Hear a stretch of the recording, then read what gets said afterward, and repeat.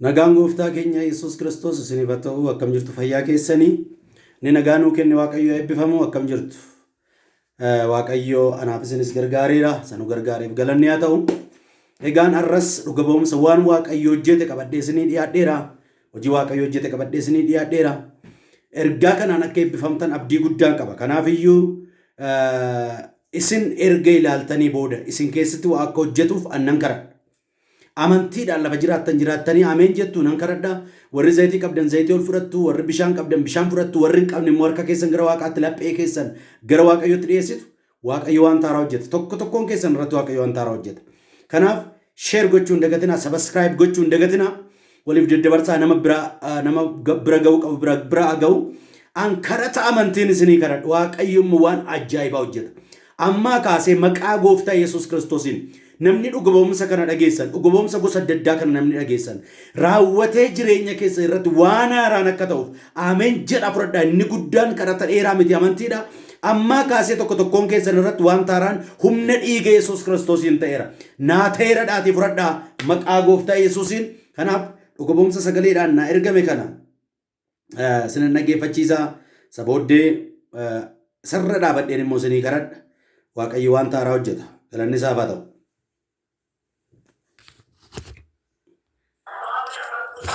Tole nageenya abbaa koo nageenyi Yesuus Kiristoos dachaa dabalee isiniif haa ta'u akkam jirtanii maqaan koo Tsahaayin jedhama kanan jiraadhu Beeruutirraa amma waggaa sadaffaa kootirra ergan Beeruut galee jechuudha waggaa lamaan keessa mindaan koos seerumaan naaf kennama.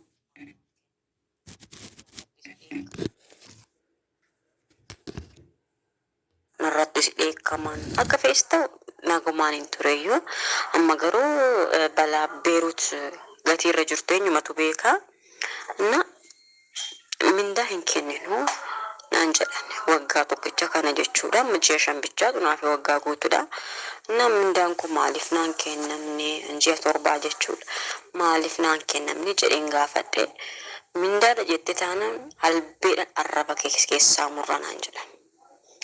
Achi booda garbicha Waaqayyoo irratti bilbilee naaf kadhatee inni nageenya siif ta'eera mindaan keessan argamtaa gara biyyaa sin galtaa naan jedhe anis ameen jedheen fudhadhee bishaanii fi ashaboo irratti naa kadhatee anis bishaan sanaa fi ashaboo sana dhiiga Yesuus Kiristoos nu waade jedheen isaaniif kennee achi booda guyyuma arraa gaanii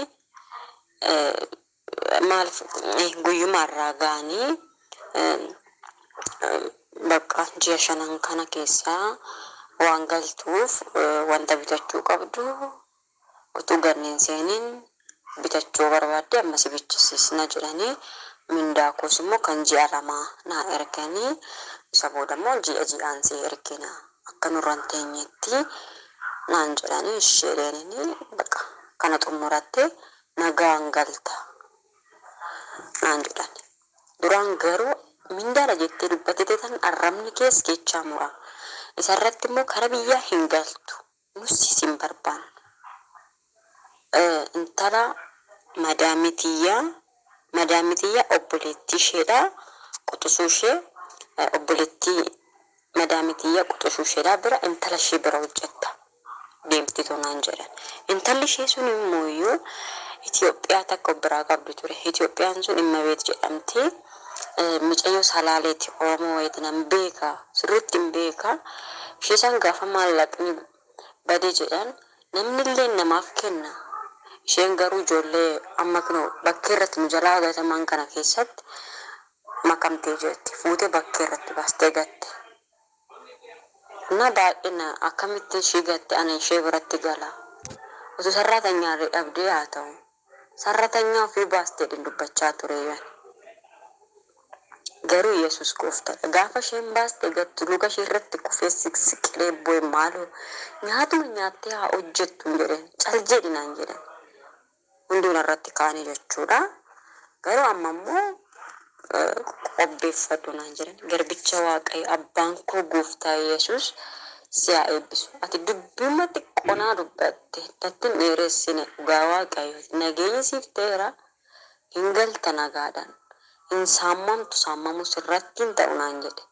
Anis ameen jedhee fudhadhe bishaaniif ashaboo irratti naaf kadhate bishaan sanas ashaboo sin fayyadaman gatii ta'eef anis isaan sana nan qopheessee fi ittiin hin kenne buna irrattis akkasuma immoo harka kee qabiitoo wanta dheessituuf sanatti dhiiga Yesuusin waade jedhe naan jedhe.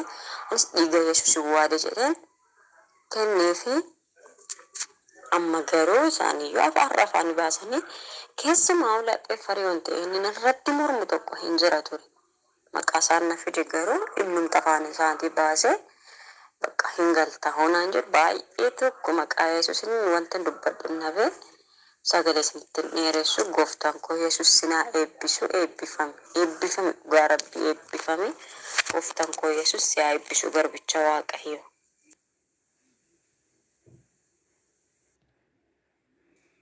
Dhuguboomsa lammaffaa dhaggeeffannaa ammas wanti waaqa hojjete dinqii jira baay'een nu bira jira.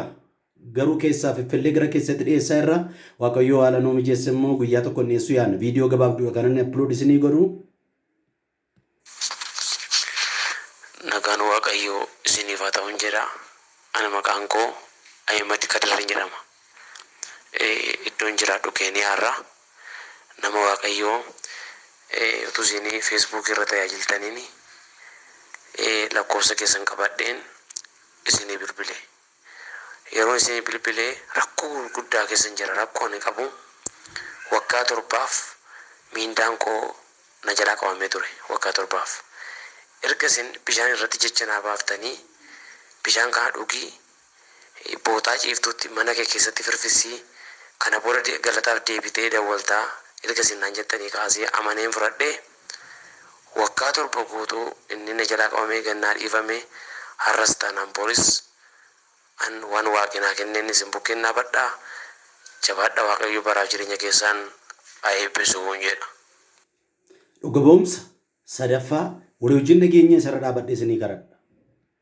Nagaan gooftaa isiniif haa ta'u nama waaqayyo akkam jirtu nagaa keessanii nagaa kooti galata gooftaa nagaan kooti keessan jedhama kan hin jiraadhu beerutti naaf kadhattanii turtanii laayif irra galtanii namoonni kadhannaa barbaadan namoonni akkasuma dhuga ba'umsa qabdanii nu bilbiluu dandeessu karaa keessatiin imoos ta'e waasaap irraan jettanii yeroo isaatti ani isin bilbilee jechuudha.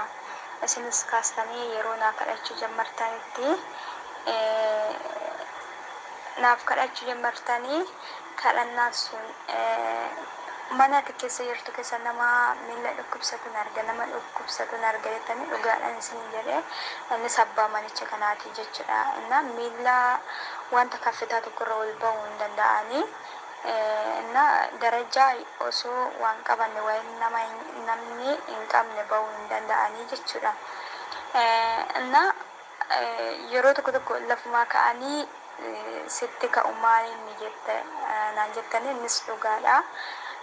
Yeroo mara sagalee dheekkamsaatii jechuudha namni kuni. Ituma kanaan jettanii neetworkiin addaan kutee guyyaa lammaffaa isinii bilbilee isin argadhee naaf kadhattan bishaan irratti naaf kadhattanii bishaan kana amaniitii fayyadaminaan jettanii bishaan kana nan dhugesii nan ittiin sammuu koo irratti mataa koo na bu'aafata waan ta'eef mataa koo irratti nagadhee guyyaa sanaa kaasee nageenya guddaan naaf ta'een isiniin jedha. Egaa jaarsi manguddoonni kuni guyyaa sadaffaa isin naaf kadhattanii bareechuusaa bishaan irratti naaf kadhattanii bishaan sana nan fayyadamee bishaan gibbii keessattis nan naqee guyyaa lammaffaa bareetuu lammaffaasaa barii bakka ciisicha kootii ka'ee osoo hojiin jammarini bariidha naannoo 12 wayitti mana gubbaatti ol ba'anii jiru fookii gubbaatti jechuudha. Inna nan garramame jechuudha. Namni kun nama daraja ba'uu hin dandeenye waan ta'aniif nan garramame fookii gubbaa dhaabbachaa jiru jechuudha. Inna akkatti bu'u akkamitti akka ba'an akkamitti akka bu'an hin beeku jechuudha. Nan na'een bakka kutaa galee እና waaqayyoon kana naaf taasisee hojii harka waaqayyoo baay'een dinqisiifadhe waaqayyoon bara keessa naa eebbisu eebbifama. Galanni gooftaa Yesuusiif haa ta'u. Egaan waaqayyo guyyaa gara guyyaatti dinqii hojjeta. Ammas immoo waaqayyo wanta haaraa akka hojjetu nan amana. Siniin kadhadha. Mee na wajjin ta'a. Biizinasiin keessan qabamee kan jiru. Nageenyi keessan, gaa'illi keessan, hojiin keessan, miindaan keessan qabamee kan jiru. Nageenya qofa miti miindaan keessan qabamee kan jiru. Eebbi keessan qabamee kan jiru. Waaqayyoonni isa waggaa 7 gadi dhiisise. Waaqayyoonni warra arraba keessaa kunna siilaan iddoo siilaan arraba keessaa kunnedhan sammuu jijjiirsise. Mana tokko keessanitti ammaa kaasee dinqii hojjeta. Siniin kadhadha. Humna dhiiga Yesuus Kiristoosiin dinqiin mana obboloota koo kana sadaniitti ta'ee dachaa mana keessanitti akka ta'uuf abboomeera. Obboleettii warraa kaasee gaa'illi kee hidhame, nageenyi kee hidhame, eebbi kee hidhame, humna dhiiga Yesuus Kiristoosiin gad akka dhiifamuuf sii kadhadheera. Maqaa Yesuusiin gasiifa dhiifamu. Maqaa Yesuusiin gasiifa dhiifamu. Maqaa Yesuusiin gasiifa dhiifamu. Warri miilli keessan dhukkubu.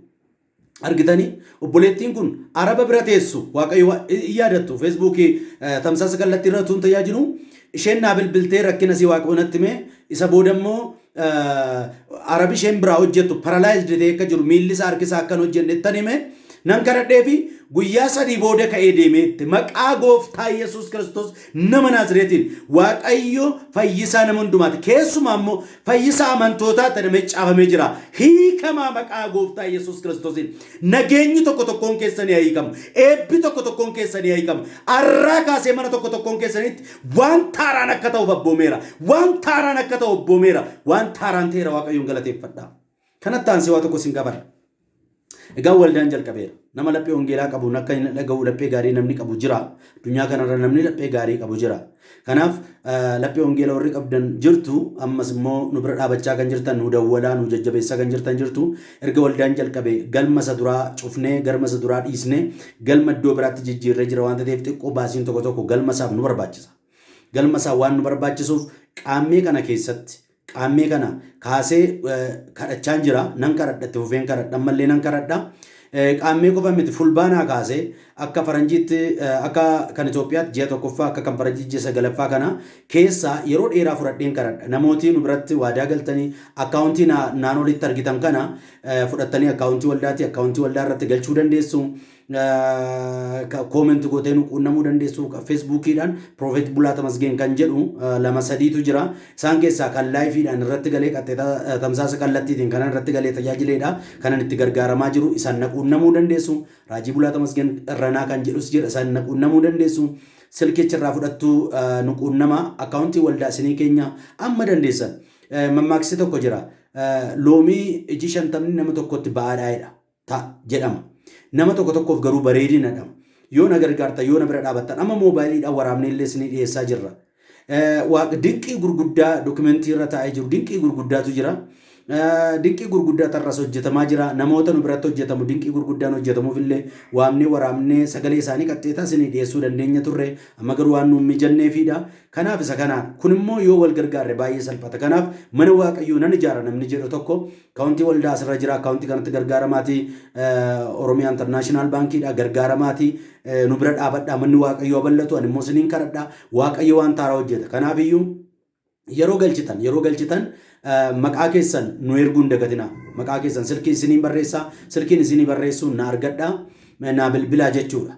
Akkaawuntii irratti erga galchitanii silkii sanaan na bilbilaa fuula waaqayyoo duratti isiniif footoo ergitu footoo kanaan irratti mishigginan galaa wanta barbaadan xalayyaallee ergafachuu dandeessu inbox nu gochuu dandeessu print goone irratti kadhannaa waaqayyo bara 2013 bara mo'ichaa bara eebbaa akkasanii godhu abdiin qaba naa jiraadhaa naa eebbifamaa amma kanarra dhaabadheen isinii kadhadha maqaa Kiristoos Iyesuus nama Naazreetiin yaa waaqayyo mana kee ijaaruuf karaa adda addaa gumaacha kan godhan karaa adda addaa nu bira kan dhaabatan dachaa barri isaanii jireenyi isaanii eebbifamu humna dhiiga Yesuusiin kan eebbifaman ta'an humna dhiiga Yesuusiin kan eebbifaman ta'an ammas gara duraatti ofii isaanii laachuudhaaf kan of kakaasan laphee isaanii laphee wangeelaa kan qaban humna dhiiga Yesuus Kiristoosiin kan eebbifaman ta'an balballi kamiyyuu sin duraa abanamu hidhaan kamiyyuu sin duraa ka'u arraa kaasee mana tokkoon keessanitti waan tajaajibaa ta'u maqaa gooftaa Yesuusiin amen.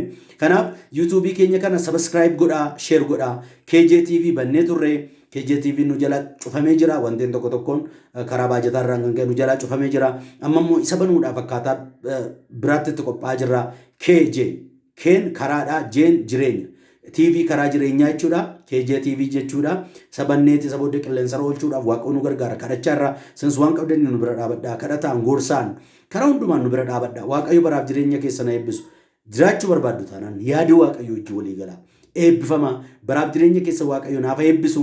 Egaan akkaawuntii waldaa argitan kanatti gargaarama akkaawuntii kana erga galchatanii booda silkii ani isinii kaa'uun silkii sanaan bilbiltanii anaan naquunnamtu. Anaan naquunnamtu sabooddee isiniin kadhadhaa silkii hungaan kooti silkiin qabadhuun isinii maxxansa waanta ta'eef isinii barreessa waanta ta'eef na argadhaa na jiraadhaa na eebbifamaa maqaa gooftaa Yesuusiin dhuguboomsisin amma dhageessan kun dacha mana tokko tokkoon keessanitti arraa kaasee ta'eera.